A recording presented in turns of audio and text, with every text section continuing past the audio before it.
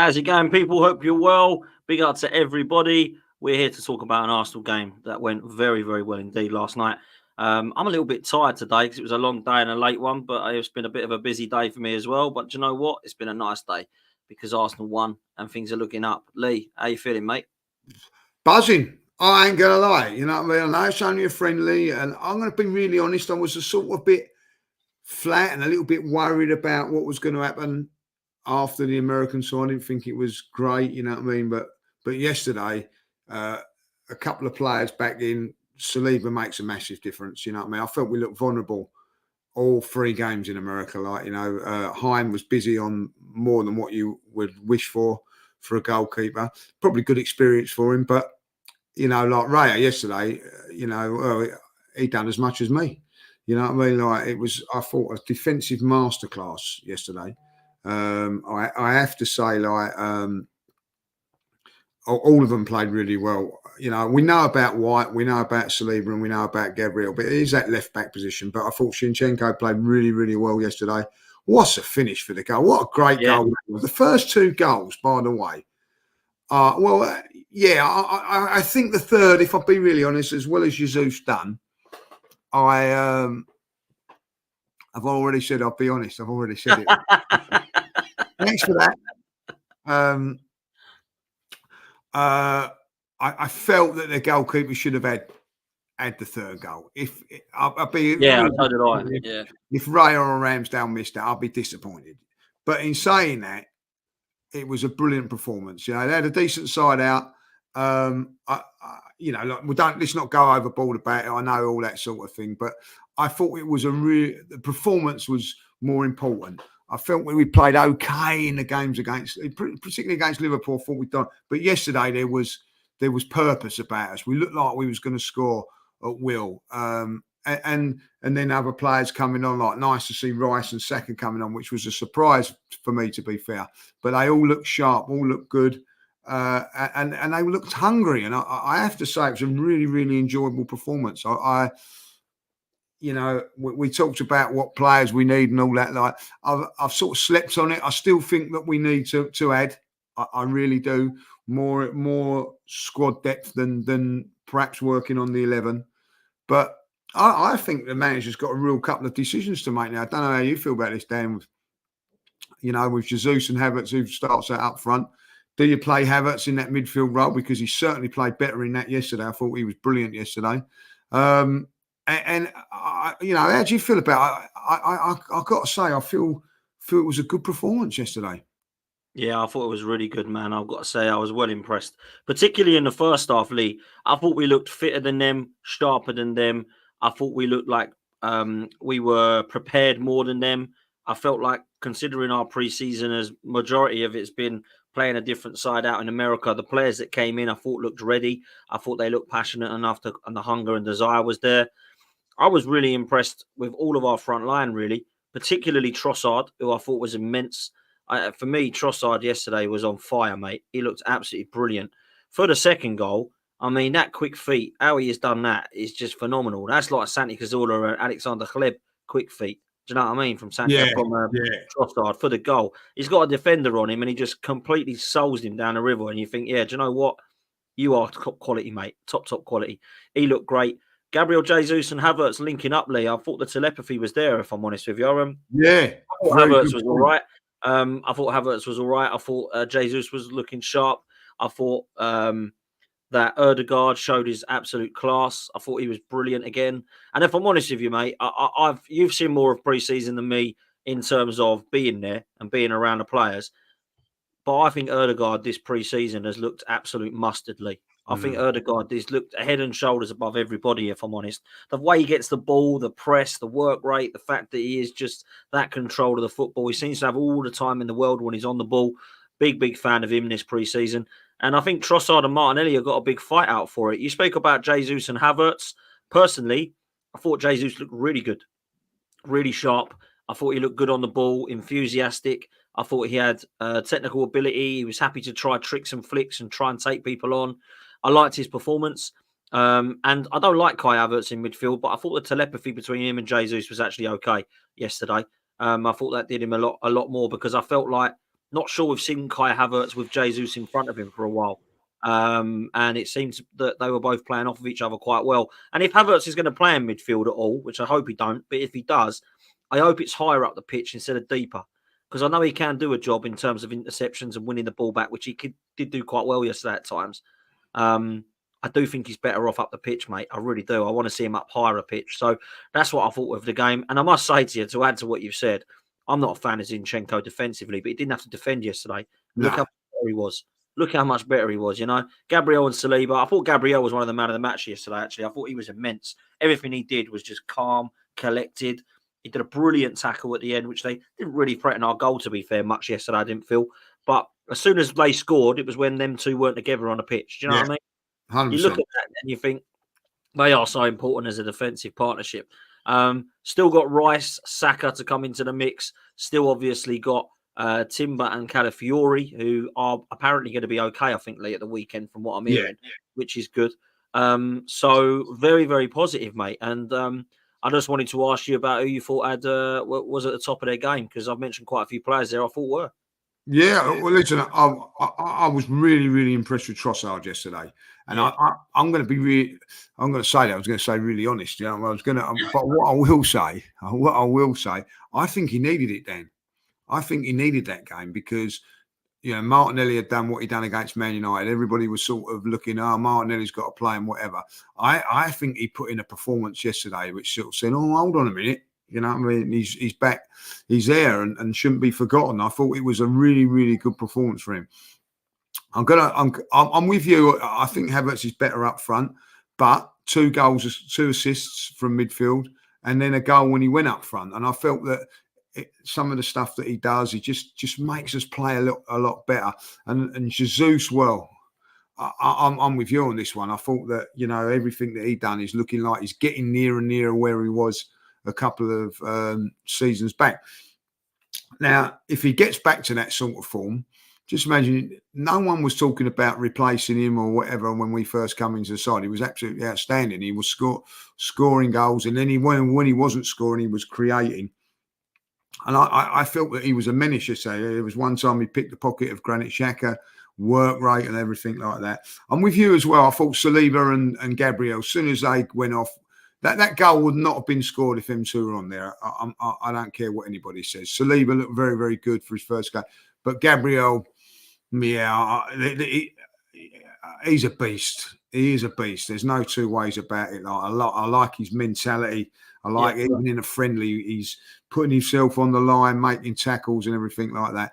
I just think for the game, I think that maybe Trossard shaded it because I think he needed it more than anybody else. I really was thinking like, it's got to be Martinelli and Saka.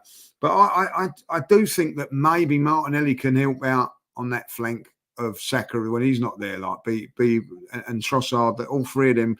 So we're not going to miss Saka as much as what we do.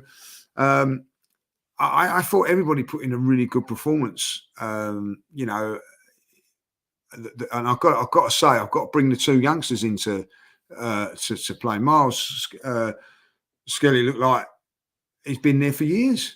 I thought I was so impressed. So impressed. I was so impressed. Do you know what I really liked about it? I'll talk about Odegaard in a minute, but what I really liked about the game, and with Wanyeri as well, is, I don't know if you noticed it, but every time they wanted the ball, they got it. The players give them the ball. There's a thing about that, like when a more seasoned pro, sometimes can not play in the youngsters because they feel like they're not, you know, ready for it or what. They was just like, no, they wanted it, I'll give it to him, and they continually keep in doing the right things. Wanyeri, obviously, like, it was a little bit harder for him to impress because he's further up the field, but those 2 guys have just come, and I've got to say, you know, when Josh come on as well, done really, really well on the right hand side. You know, obviously he's helping like Ben get through this pre-season with fitness and everything. But I have to say that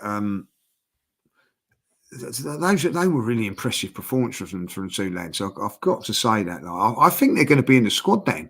I really do. I really see them being in the squad. And as for Odegaard, I love watching midfield play. I love that thing when he gets the ball and he might only play it 10 yards and he gets it back. You know, like the players want him to have the ball, and then he might play a couple of short passes, and then he puts the ball out wide and all that. The confidence to be able to go, yeah, I want the ball, give it me. You know, you have to demand that respect and obviously he's got that from the players. You know, he might ping it into Jorginho, and Jorginho is quite happy to just knock it back 5 yards. I have to say, I thought a good cameo from Thomas Partey as well. I thought that he looked, you know, this thing about him not looking sharp. I thought he looked very, very good. And I've got to say, Jorginho just keeps everything, just keeps things ticking over nicely and makes the game look easy, Dan. Listen, they're a real good side. There's no two ways. You don't go unbeaten in Germany and in Europe up until the final and not be good. I watched them a few times last season because of Granit Xhaka, and even when they was 1-0 down, you always felt that they were going to come back. I watched them in the game when they were 2-0 down, and I thought, oh, they're likely to get back in the game, and they ended up scoring in the last minute and drawing 2-2. They never looked in the game yesterday, and I get that, you know, they're away from home and things like that, but I don't think we should be saying, oh, that they were rubbish and all that. They're a week away from their pre-season as well. That would have worried Alonso more than pleased Arteta, I think. Like, you know, I think, you know, you could see that Arteta was more than pleased after the press conference and that what I see today. But like, I think that he'd have been a bit panicky about that. I wouldn't have thought he had expected that. We said on the predictions thing, we said 2-1, didn't we? We did think we'd nick it, but if you'd have said to me 2-2, I would have gone with that as well, Dan. You know, so I think they're a good side. You don't go invincible like that if you're not a good side, you know. No, and they're a great side, and I think Xabi Alonso at the end, he kind of thought we got a lot of work to do. You know, he saw it as that, and that's absolutely right in my opinion. I didn't think they looked very good at all. I thought Florian Wirtz, who was their best player by far, I didn't think he got really too much time on the ball. I don't think Granit Xhaka had the best of returns, bless him. And it was all Arsenal. You know, it was Arsenal's the reason why they didn't have a good return, or he didn't have a good return to the Emirates, because for me, I thought we were excellent. And I must say, I haven't seen two kids come onto a pitch like that in a long time and look as comfortable as they did. And you've got to remember, Lee, Lewis Skelly is not a left back, by the way. No.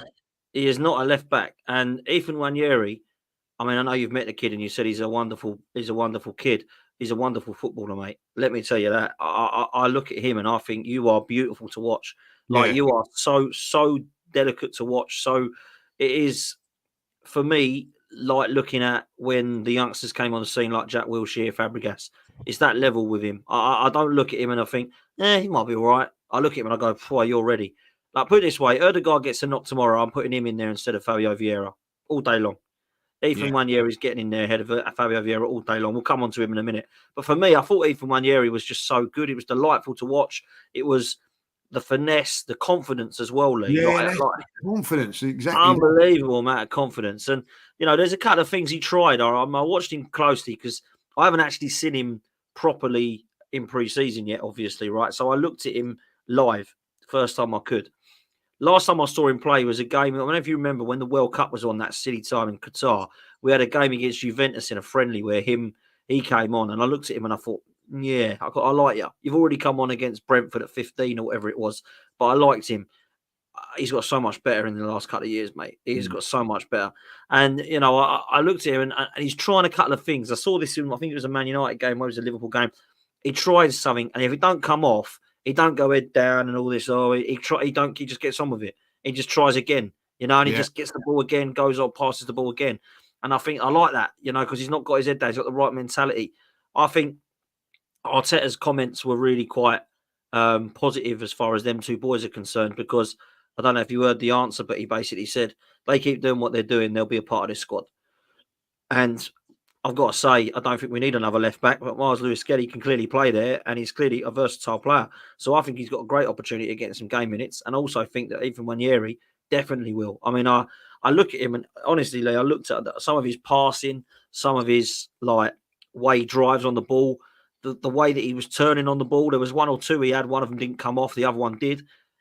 and that is when you say Havertz had a great game. Havertz can't do that. Havertz ain't that sort of player. He's a completely different player. So that's why you need someone like that to come in my opinion. I think Ethan Nwaneri is going to get minutes at Arsenal, and I just don't know what you're at with these two kids, Lee, because are they going to be one of these two that we look at and think, not quite going to make it, but looks very good? Or are they going to go on and be like a Wilshere or a Fabregas or dare I say a Saka? What do you think, mate? Well, that's a great question. I think they've got all the attributes to do it. Like that little turn that he done, and the defender just got there, didn't he? That was class. It was class. If that would have come off, he was in. That's how good that turn was. It was great defending, to be fair, But he done what I liked about him. Let's just talk about Nwaneri first. Is that he does everything, the simple things he does right. When the pass was on, there was a pass to Saka. He just played it to Saka. It weren't like an extra touch or whatever. It was done to perfection. You know what I mean?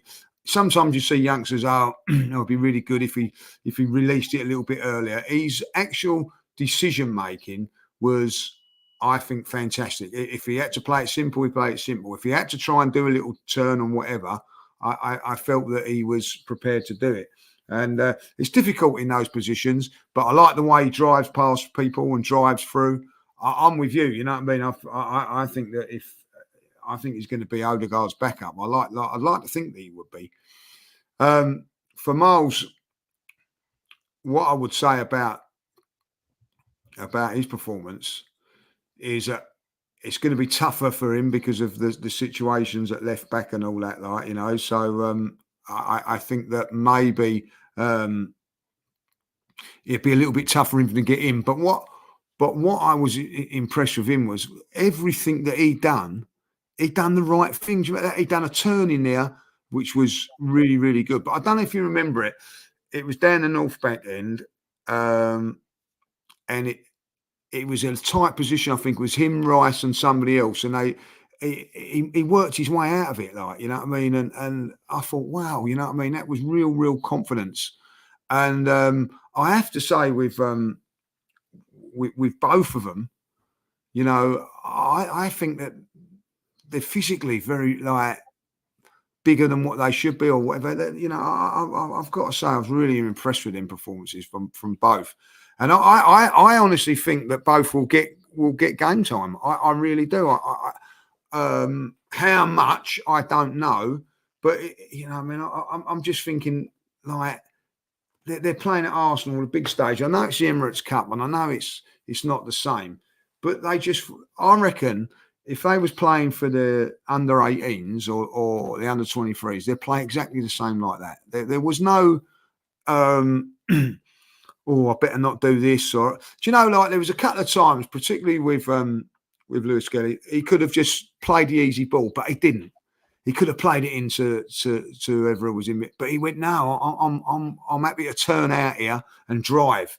And I was so impressed with that, Dan. You know what I mean? Because that's all about confidence. It's about having confidence in your own ability. I know that they're training with the first, but you can be overawed by it all, do you know what I mean? And I'm pretty sure players have been in the past, but they just seem to just take it on in their stride. And I thought that I'm not bigging them up and going overboard about them because, we know that it's tough to get into this first team. But these are two guys that are trying to get into the second best team in the Premier League at this moment in time.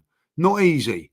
You know what I mean? Saka and Smith-Rowe, they were coming into an Arsenal squad and team when it was 8th or 9th and we were crap. You know what I mean? This is a little bit different for them. So pleased to see what they're doing. Yeah, 100%, man, 100%.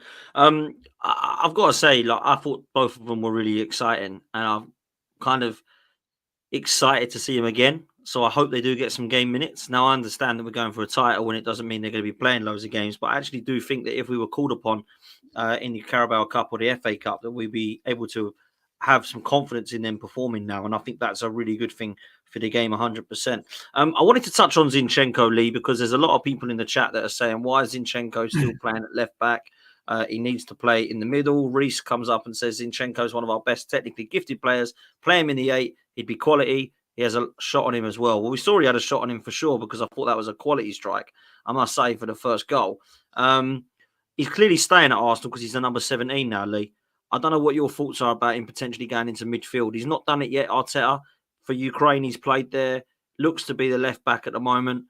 And I was speaking to DG earlier, Deluded Guna, saying potentially he might even start against Wolves at left back if Timber and Calafiori are not as fit as perhaps they would like, what Arteta would like him to be. So I don't know what your thoughts are for the future of Zinchenko. You've always said you wanted to keep him. I must give you that. I've always said I would potentially look to sell him, but you've said that you would like to keep him. Do you think he's got a future in midfield, or do you think he's just going to be a backup left back? Ooh, great question. I think that he's at this moment in time in front. I think that he really is. I think that Tomiyasu's injured, so that I think Tomiyasu would have probably been the starter, if I'll be honest. Didn't do nothing wrong last season, but he's gone injured. Calafiori's not quite ready yet, and there's an opportunity for him, And listen, that first game against Wolves will probably be like against a low block, so why not? And if he plays like that, then he's in with a shout. So I think that the back four that played yesterday, or the back five, would be the back four. I think that will be the team that starts, or the back against Wolves. And I have to say that he's just in front of everybody. It'd be really interesting to see what happens on Sunday. Calafiori's got to get some sort of minutes if he's going to be available and in the squad for the next for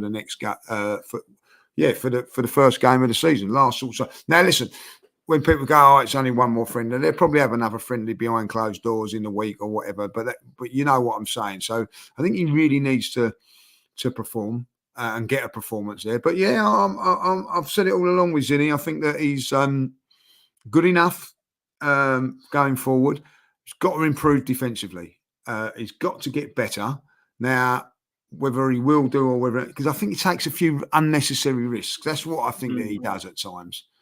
But that performance, I think the goal, by the way, must have given him the confidence to go onto it, like put the new 17 shirt on and bangs that in there. No wonder he wants the number 17 shirt, you know what I mean?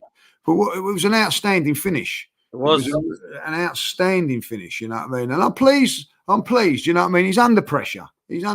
So let's see what happens, right? You know what I mean? But I think that at this moment in time, he's probably just leading the way. He's been involved in every game.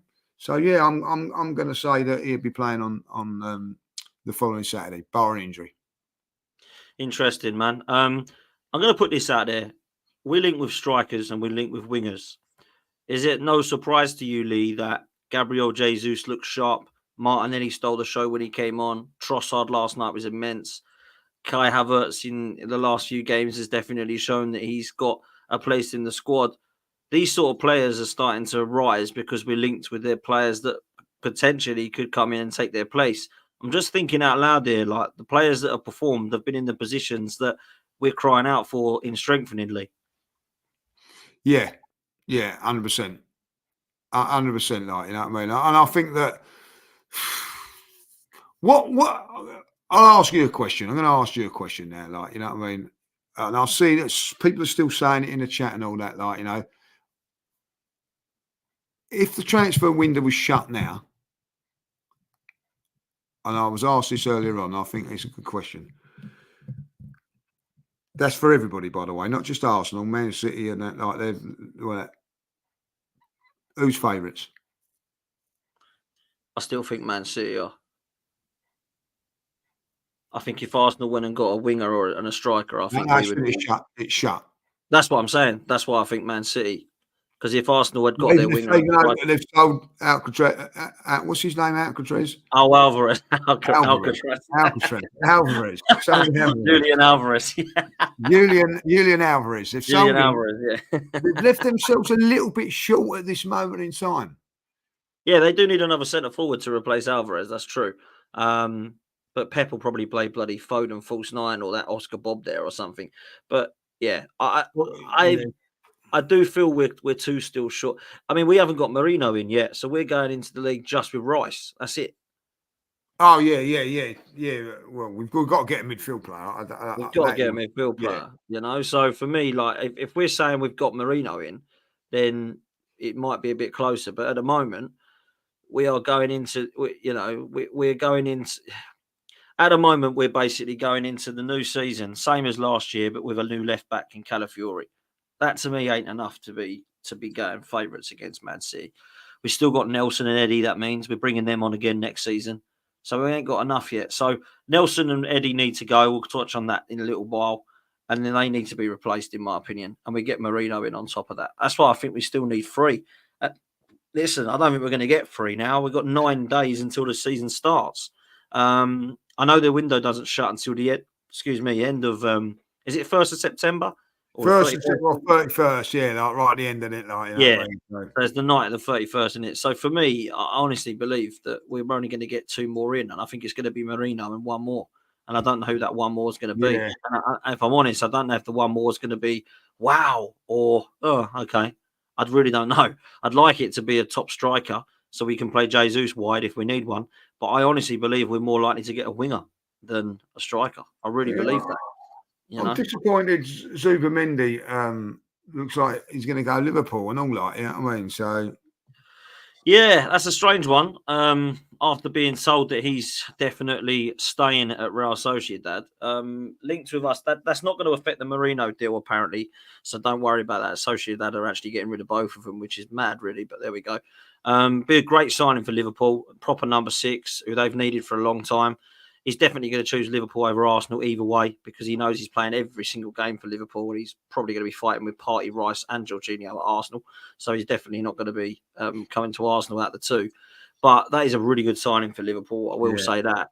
But this Marino one is taking quite some time. I did say about Zubimendi, I said it with Deluded earlier. I said, somebody was on my channel and said, Zubimendi won't go. He wants to stay at Real Sociedad and follow the footsteps of Xabi Alonso. So he'll definitely go to Real Madrid. I said, he'll probably go to Liverpool then if he wants to follow Xabi Alonso. And look what's happened. It's what's happened now, you know. So looks like he's now going to Liverpool from Sociedad. The Marino deal, by the way, we might as well touch on it. This is a bizarre one. Like I don't know how we've not got this done. This is a player who wants to come to Arsenal. Arsenal want the player. Sociedad said no worries. This is the price. We've said okay. And now there's negotiations over Sociedad owe Marino £5 million apparently. And Marino owes Sociedad this £5 million. And basically they're saying that we should be paying it to him. So if Arsenal want him, they've got to give Marino the £5 million that Sociedad owe him, which Arsenal was saying, well, that's not our fault. You owe him the money, not us. So that's why this is taking time now, apparently. That's the latest rumour. So why can't we just get these simple sign? Why does it take so long? We had Calafiori all this mucking around with Barcelona this money and so do Roma. They want this amount because the sell-on fee. All this stuff is sorted. So in fairness to Edu and Arteta, as much as they do get stick for this, they can't negotiate anything, this Garlic and Edu boy, they're terrible, blah, blah, blah. Actually, like, this isn't much to do with them. Like, from what we hear, if Calafiori's been signed and there was problems with Roma and Basel, ain't much to do with Arsenal. And if Marino is being told, well, Sociedad still owe me $5 million, they want you to give me $5 million. That's for Arsenal and Sociedad to do this with. So that's why they're saying everything's agreed but the fee. The fee isn't agreed yet because they're trying to say that they want 30 million euros because this 5 million that's still won't. What is going on here? Like, let's just get. And actually, Lee, if we do want a player, what do we do? Do we say, well, bollocks, Joe, I'm not paying 5 million euros and leave and go and get someone else? Or do we just pay the 5 million euros and go for it? I don't know. I don't know if it's a lot of rumours at the moment about this negotiation. There's a lot of rumours about it, but at the end of the day, like, there's a lot of rumours about California, but they got it done. And I think that they get done. I see Edu yesterday at the game, and he looked pretty confident that things were all right. You know what I mean? Don't give away too much, but was quite happy. He says, like, he's happy the way things are going. Because I said, like, you know, straight away, like, you know what I mean? Striker. So the first thing I said to him, striker. And he laughed, you know what I mean? So, striker, that's what I kept saying to him, like, you know what I mean? and he kept going like that, like, you know. So we'll see, like that. They keep them their hands very close to their chest on these sort of things, like, you know. And at the end of the day, why should we be spending the 5 million when it, you know, over the top, when it ain't really our thing, like, you know? So at the end of it, That's what they're arguing, yeah. Yeah, they get the deal, whatever they want done and all that. What I don't like about it is that I liked him to be in there now playing in the Emirates Cup, not coming in like when the season started. But again, which was a good point made by a couple of people yesterday, like, is that probably even if he was in there, he wouldn't be starting these games, Dan. You know what I mean? Like, if you was, no, he wouldn't be. No, he wouldn't be. But all I will say though, the only bad thing about it is, I would say that we ain't going to see the proper Arsenal until probably 4 or 5 weeks in. Yes. And the problem you got with that is we got 6 of the hardest games coming up. Now, I know Brighton at home and Wolves at home, people might go, oh, it's easy, Bros in the park. Well, we don't always beat Brighton at home. Let's have it right. No. And Wolves are no mugs. So I ain't going into them games thinking, well, that's easy 3 points. That one's easy 3 points. Let's just concentrate on Tottenham. No. We have to get 3 points in every single one of these games up until Tottenham. So that's going to be hard. And what I don't want is for it to be like, oh, Calafiori will be ready by the Man City game, so he's not going to play till then. Timber, we don't really want to rush him in, so he's not going to play till Tottenham or City game. So we got to get these players as ready as quickly as possible. And without getting Marino into the swing of it and Calafiori playing minutes, that could be quite difficult. I mean, Arteta has said, look, the whole squad will be fit for Wolves, which is great. But what does that mean? Who's going to start? Who's going to play? How long are they going to play for? That's what we don't know. I mean, Rice and Saka looked a bit rusty, I thought, personally, yesterday. They're going to. It's the first game back. It's the England game, right? I didn't think they looked out of place, but they certainly didn't look themselves, in my opinion. So, for me, they're going to come into the mix still. Aaron Ramsdale hasn't done anything yet. I don't know what's happening with him, you know? So, we definitely need to look ready. And I wanted to ask you about the outgoings, because it looks like today Ramsdale is being linked with some Premier League clubs. Wolves are coming in, apparently. They all want him on loan, by the way, which is crazy, but hopefully that'll be with an obligation to buy. Kieran Tierney being linked with a move away. I don't quite know how that's going to work because he's injured, but maybe try and do a deal, or maybe they have to wait till January. I don't know. And the other 3 players are Kivior, Nelson, and Nketiah. So there could be 5 more outgoings, Lee, in the next couple of weeks before this window closes. Are we going to be left short? Because if 5 do go, we're going to need potentially at least 3 to come in. Yeah, exactly that. I think, like, for me, Ramsdale, if you're going to put Ramsdale on loan, I don't understand that. Like, you know, if I'll be really honest, I think if you was to keep him, it would be better for us than a loan, if I'll be really honest. But I understand that, you know, he deserves football and things like that. And you know, Arsenal could say that if he improves this and improves that, he could still be a player for Arsenal. So I prefer to go with 2 good goalkeepers. I don't really know what's happening there, but if you are going to get him, they must have some plans for a goalkeeper coming in. And, you know, it's bloody sod's law, isn't it? Like, he'll probably leave Ramsdale and then Raya will get injured or something. It's always that sort of way. So I do want us to have a very, very good backup, whoever it may be. The other one, you know, we don't want to be left. I think at the end of the day, we are going to be left a little bit, not short, but it ain't going to be right until that last. I think the last week, some things will be happening. I think Arsenal will look at it and say, look, you know, we've still got a bloody good team from last year going into those games. Yeah, I want us to go to Villa, by the way, and put one over on them. Really, 100%. You know what I mean, after what they've done to us. So I would be disappointed if we don't go into the international break and the end of the transfer window with 9 points. I'm going to say that now. I think that 2 home games and Villa away, as tough as Villa away is, I think we'd be all right. I think we should be winning those games. Wolves, Villa, and Brighton, in it. They're the 3 that we've got. Well, after that game, the window's shut. We have the international break again, and then we come back to Spurs. We come back to Spurs. So we've got 3 games against, let's be real, 3 very good opposition teams. 2 at home, 1 away. Villa away is going to be very difficult. And we've got to be ready for them 3 games, in my opinion, you know. And with the squad we've probably got now is what's going to happen. And then we're going to, I think in that last week, things will change. And you know, maybe there'll be a couple of signings either way or letting a couple of players go. But I think that will happen then, like, you know. But listen, it's a funny window because I think that a lot of times, I know we say forget about what other teams are doing and all that, but there's not a lot going on at the moment. So it's going to, I think one signing may make it happen all the way down the line. I don't know. But they definitely need to make. I think he'll be busy with all teams though in the next couple of weeks. Towards the end of the season, I think it will be as well. I think like there'll be a sort of chain reaction to it all. I do, and I think that there will be a couple. I would be at this moment in time shocked if Arsenal don't make another 2 major signings. Yeah, I agree. What do you make of Reece Nelson and Eddie? Because apparently Leicester are saying that they want Bergwijn now because Nelson's too much money, and Eddie and Nketiah and Marseille don't look like it's happening. What's going to happen with these two? Are we going to be stuck with them, or do you think they'll go eventually somewhere? I don't think stuck is a bit harsh. You know what I mean? I think Nelson's done pretty well in the last couple of games. And again, I think that once towards the end of the window, things might happen for both players there. Like, you know, I think Eddie, listen, like, he come on with about 10, 15 minutes to go, like yesterday.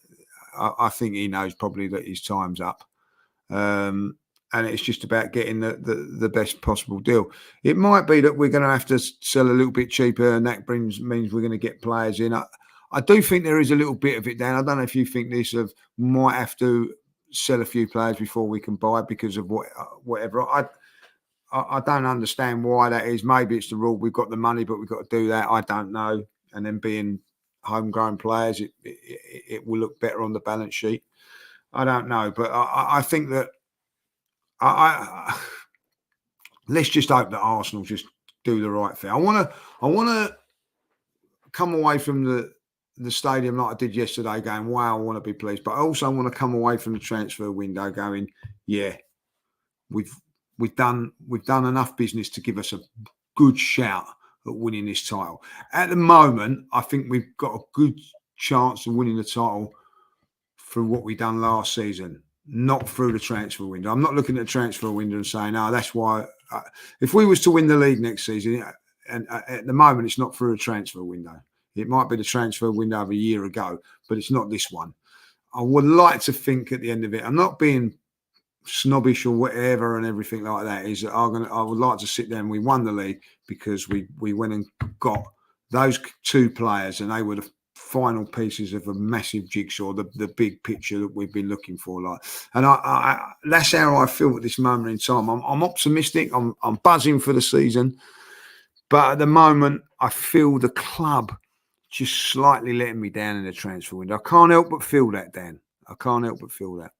Yeah, I'm with you. Listen, let me put a couple of questions to us because we've got a few questions before we do come to a close. This one comes in from Jacob. Says, great show as always. Big up the judge and Potsy. Thank you so much, Jacob. I hope you're well, mate. Says, would you gamble this season on an Osimhen or a Gyökeres, or would you hold out until next summer and go all out for Isak?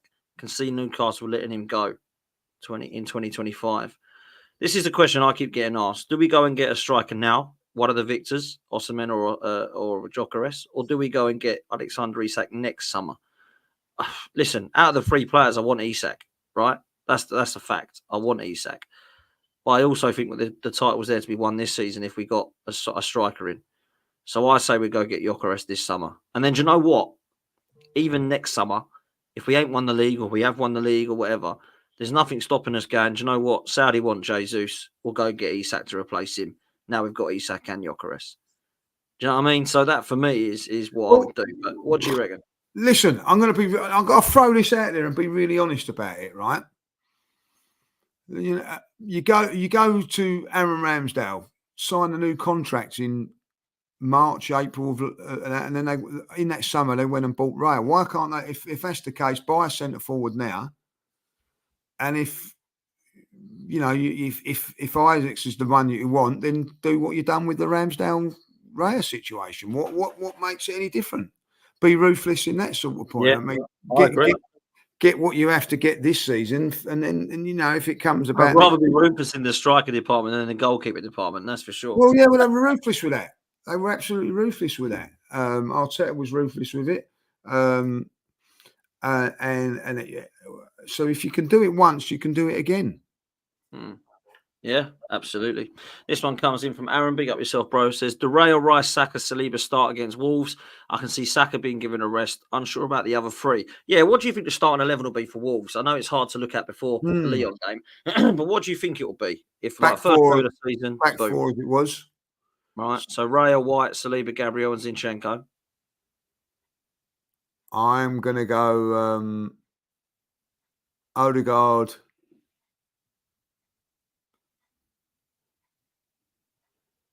Havertz, Partey. I think like give Rice an extra bit of time off, and I think that will allow Jesus to play up top. And I think that maybe Martinelli and Trossard. I think he might look at that. It's a gamble, but I think that we've got lots of games to play, lots of things in that, and the Sakas and the Rice bit will come on there. I think at the end of it, I looked at it yesterday. Why did he play Havertz in midfield? One, because he wanted to keep Jesus playing. Jesus played well, and Havertz done okay in there, like, you know what I mean? So I think it'd be Havertz, Thomas Partey, and Odegaard. But listen, Jorginho played really well as well. But I don't know about you. I don't want to see. I think if we play the likes of Saka and Rice, it gives a little bit of desperation. Saliba will play. I think Saliba it's strange out of all the three, he was the only one that started. I think because he's had more time, and Saliba's had a little bit more time than Raya. Yeah, a couple more days off, didn't he? Raya. Yeah, I mean, Raya played. Raya will play against Wolves. I think Ben White. It will be Saliba, Gabriel, and I think it will be Zinchenko because Calafiori and Timber just don't seem to be fit enough right now. In the middle, I think it will be. I think it'll actually be Partey, Rice, and Odegaard. I think he'll play Rice. And then I think he'll play Jesus wide right, Havertz up top, and Trossard on the left. Yeah, could do that. That's what I think. No Martinelli in your team? Not at the moment. I love him to be in there. He's one of my favourite players. But Trossard, you can't drop the kid. He's been fantastic all of last season and this season. I know that Martinelli stole the show when he came on, but Trossard's been great, mate. I love Trossard. I think he's such a good player. I was saying this earlier, right? I don't know about you. I don't think people look at that signing enough, Lee. Trossard. Incredible. What I mean by that is we signed him for £26 million or whatever it was, £27 million in January. Since then, we've been in 2 title races.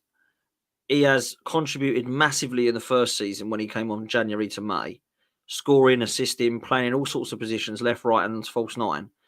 The season just gone, only Saka scored more goals than him.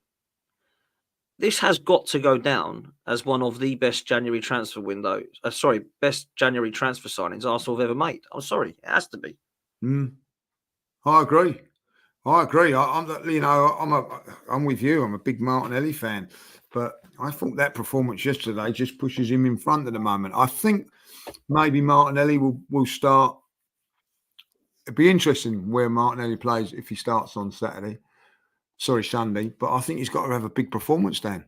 I really do. I really, really do, because I think that it's brilliant, isn't it? It's a bit like skateboarding yesterday, like, you know what I mean? Like every time they have one round, they up the game, and it seems what they're doing with the performances now of pre-season. Trossard's come in, he's upped his game, he's upped his performance, and quite significantly, if I'll be honest. So it's now over to you, Martinelli. What can you do? Can you better it? If you don't better it, then Trossard will start. If he does better it, wow, what a problem to have. So then you're looking at maybe like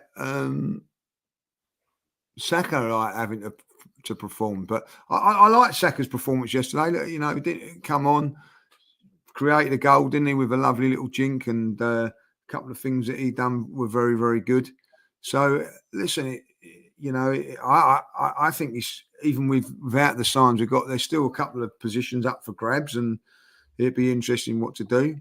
So the thing is, what really bugs me a little bit, Dan, right? I'm going to be honest. You can sort of go, right, I'll tell you what we do. Right, Arteta, right, I'll tell you what I'm going to do. I'm going to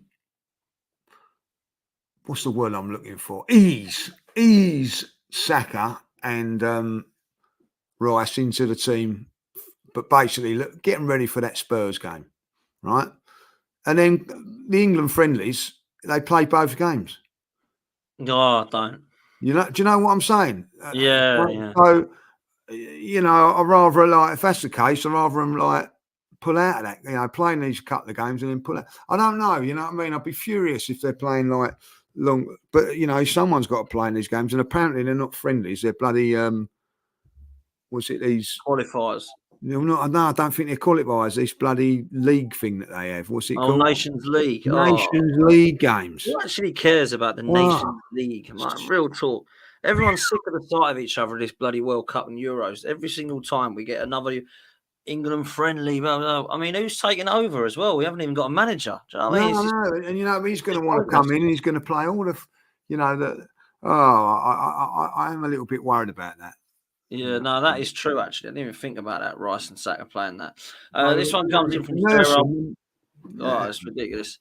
Sarah sent in a super chat. I hope you're well, Sarah. You got to meet Sarah yesterday. I did meet Sarah yesterday. I'll tell you what, it was so busy, Sarah, I tell you, like, you know what I mean? We couldn't have a time for a chat. It was like mayhem. But hopefully we'll get to have a chat on Sunday, like. But it was lovely to see her. And we had a photo and it was lovely, like, you know what I mean? So good stuff. Yeah, apologies, Sarah. I had to shoot off. I was with my family last night and I had to get back, so I didn't have time for fan cams and stuff like that. So I do apologise. It would have been nice to meet you as well. Says, hi, lads. Great day yesterday. I think we need a backup for Saka and a striker to be classed as favourites, and think we will get a striker in. I think Marino's going to get done on top of Calafiori. Ramsdale will probably get replaced if he does go. I think we will do something in the last week of the transfer window that makes us go, okay, now we're ready. And that's what I'm praying. Whether that's a striker, whether it's a winger, whether it's a player that makes us go, poor, yeah, fair play, Arsenal are now. And if we don't, I just don't see it happening, Lee. If we don't get somebody like that, that's a moments player that gives us that little bit of boom, bring him on and he'll score, or you know, he's starting and then allows us to bring one of the Martinellis of this world on. I just don't think we're going to get across the line. So that's where I'm at. Big up for that, though, Sarah. This one comes in from Morpheus. Says, in 5 years, Odegaard will be 29. Ranieri will be 22. Is Arteta preparing him as the Odegaard replacement, Ethan Ranieri? Bit early to say, I think, isn't it, Lee? bit early, like, you know what I mean? I saw the great thing about all of these players, and I'm going to bring in Ranieri and Miles Skelly for this as well. They can all play different positions. Ranieri can play out wide. He can play in the middle. We've seen with Lewis Miles now. He can play in the middle. He can play as a left back and all that. Like, so I think that there's plenty of options, plenty of games for Ranieri to play. And the good thing is you don't have to be rushed. But I think he's going to push and push and push, where I think it's going to be a little bit like Foden was doing at Man City, where you got to go, you got to play him now. They've got to find somewhere for him. And I don't think for 4 or 5 years they've played Foden in the position that he's favoured for, but they've been nurturing him and doing him. And I think this is going to happen with Ranieri. I'm not saying he's the same player as Foden. I don't want to put that sort of pressure on him, but what I see is a very, very intelligent player. And I'm going to say it, he's ready. He's ready. I'm not saying he's going to be ready week in, week out, but he's ready to be a very, very squad player that's going to contribute for us. I really do. I'll be very, very disappointed if he don't, Dan. Very disappointed. I think they'll make at least 10, 15 appearances in the Premier League this season. Well, listen, segue on to that, which is a nice question from Europe. It says, would you loan out any of the youngsters that we've seen this pre-season? Heaven, Ranieri, Salah, and Lewis Skelly. Okay. I'd probably keep them all apart from Salah, maybe. Maybe Salah could do with a loan move. Heaven, the reason I say keep him is because I like, one, what he's doing, and two, like, if we were properly short at the back, we've only really got Saliba and Gabriel, haven't we? We've got Calafiori that can play there, Timber that can play there. Maybe if one of them got a knock, Heaven might get a chance in some of the Carabao Cup games. I don't know. But the others, I'd keep him. I'd keep Ranieri. I'd keep Lewis Skelly in the squad. Salah, probably be the one that I would loan. I don't know what your thoughts are, though, Lee. Yes, I think with Salah, he's a little bit older than the others. He's probably about 20 now, so it's like a sort of make or break time. But I'm very, very impressed with him, Dan. So don't write him off. I thought he was very, very good. Okay. I wouldn't necessarily. I think that, like Josh Nichols and Heaven and all that, they're 18. Same as why put them out on loan and away from what the environment at the moment. I know they'd be biting at the bit to get games, but I would keep them till January and then see what goes. At some stage, they're all going to get loans. At some stage, Jack Wilshere had a 6-month loan at Bolton. People forget that. But he did. So you need that little bit of first team experience, and most of the guys do get it. So I just think with Ranieri, though, he's going to get enough games where I don't think it's going to be worth going on loan. That's my opinion. But the others, I do think probably they will get loaned at some stage. But I like all of them, to be honest. Yeah. No, listen, I mean, Smith-Rowe, if you remember, he went on loan to Huddersfield, Leipzig, didn't he? Yeah, He went on loan to Bolton, if you remember. So it could be that it would be good for him. Mum's got a question, says, do you think Eddie made any impact when he came on? Invisible man for me. Yeah, I've got to agree. I thought he was pretty poor when he came on, if I'm honest. Yeah, well, it's tough for him, isn't it?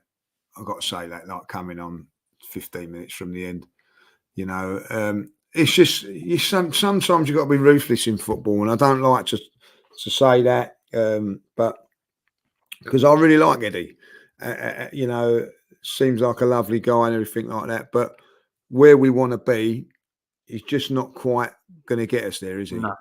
And that's harsh reality.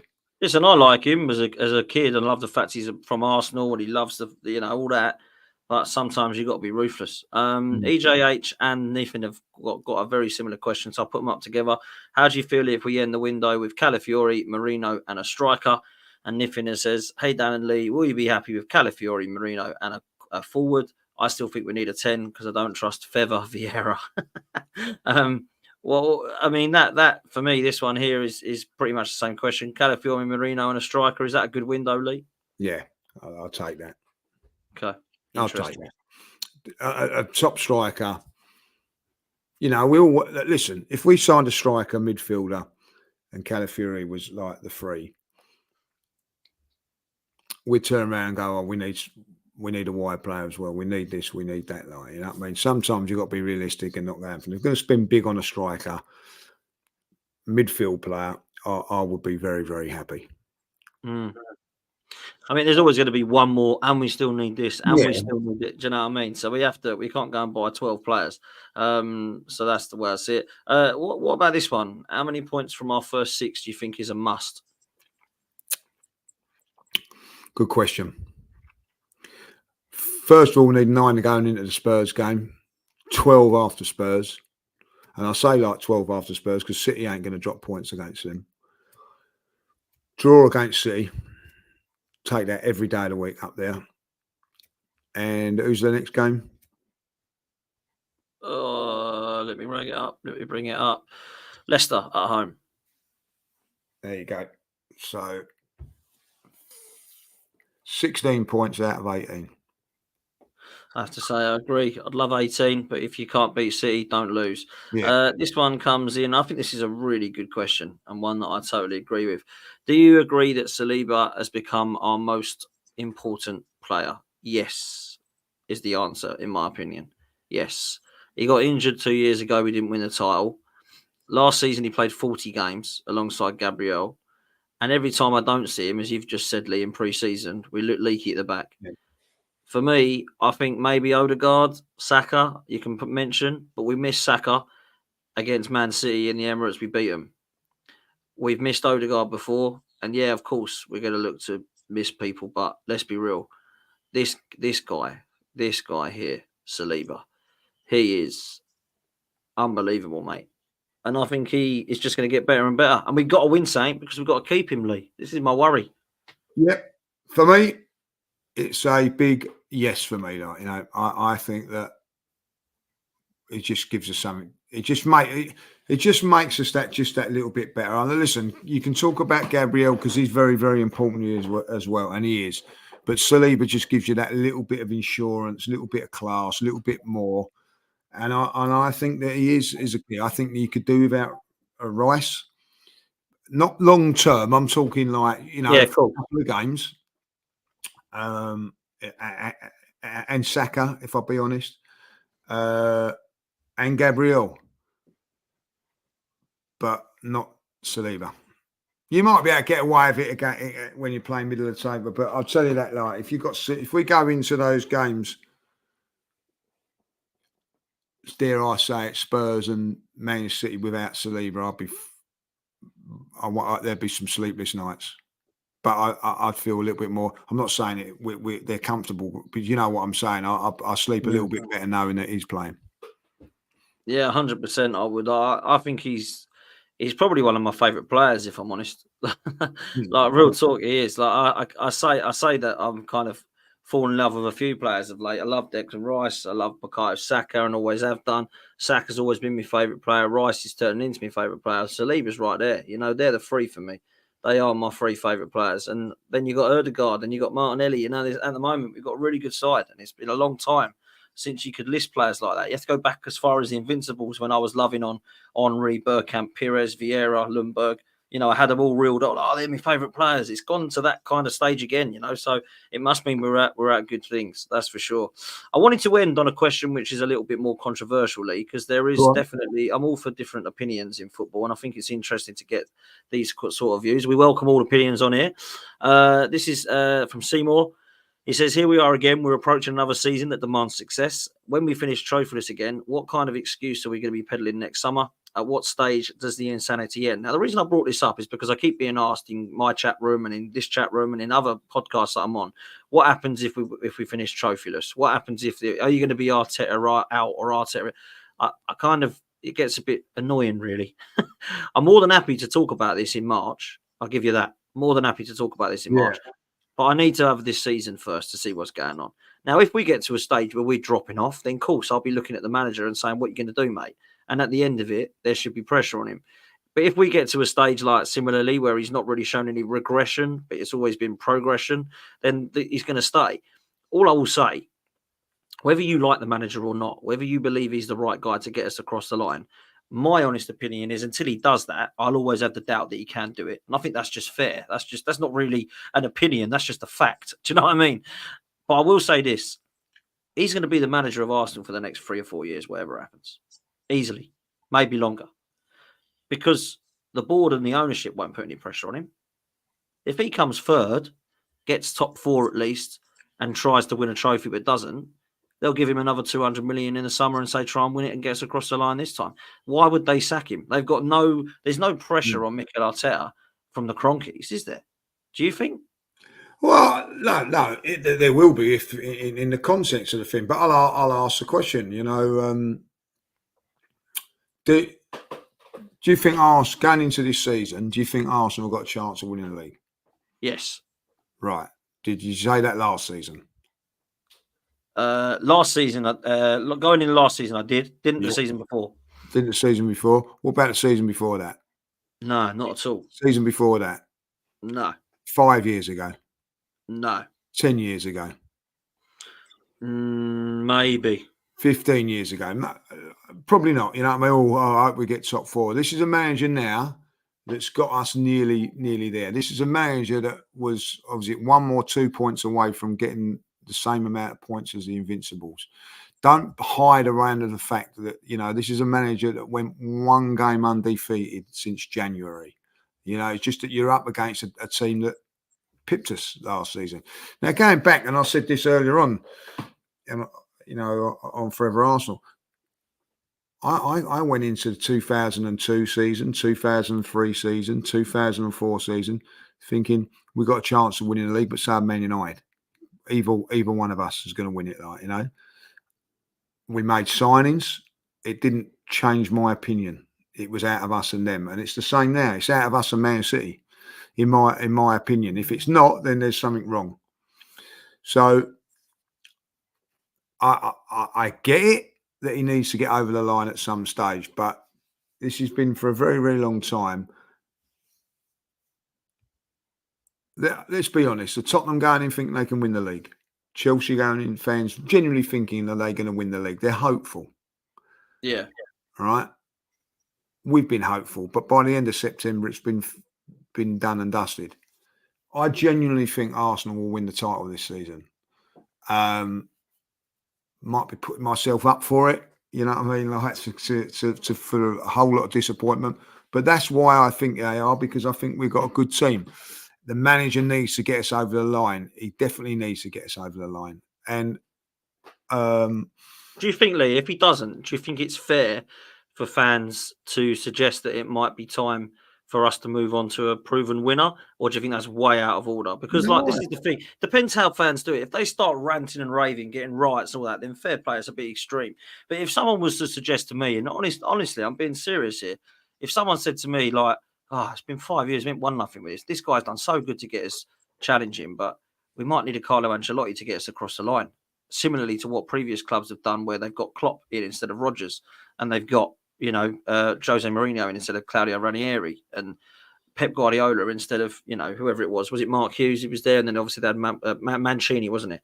Like that for me is a genuine question. Whether you agree or disagree, I think that is a fair thing to say. Do you know what I mean? Yeah, listen, I'm not. Listen, the supporter, whether he goes through the turnstile or pays through his Sky subscriptions, got an opinion. And if they feel that at the end of the day the manager's to blame, then fire away, do what you want to do. It ain't going to change the fact that the people that matter are the Cronkies and whatever. But I haven't got a problem if people want to put pressure under the manager at the end of the season if they've not done it, and I don't blame them. If things can happen in a season like injuries or whatever, and you can be really unlucky. There's just ways of things like that. But you want to see progress. You want to see a side looking like it can win titles and looking like it can win things. Now, by getting rid of Arteta, you might make yourself even further away from that. So, listen, we're in with a chance of winning things. Why at this moment in time we're going into we're going into the next week, got a chance to win. Why is all that talk? Oh, he's got to win the title. Well, he's got to win that. Like, you know what I mean? Why can't he just say, right, let's get behind the team and, like you just said, see what happens in March, April, and where we are from there, and the context of the season before you go and doing that. Like, there's always this negativity of like, oh, he's got to win a trophy and all that. Like, I don't see that. I think at the end of the day, it's definitely hard to win a trophy at the best of times. And I'll tell you that now, when these people saying they win a trophy, like, let's finish 6th and win the Carabao Cup, we'll all be happy, will we? Will we heckers like? Will we heckers like? There's all context in whatever way you look at it. For me, I'm happy that we are challenging for the title. At this moment in time, we're the second best team in the league, right? To get to become the best team is against the team that's won the league 6 out of 7 times. It's been treble winners. It's tough. Arsenal done it back against Man United.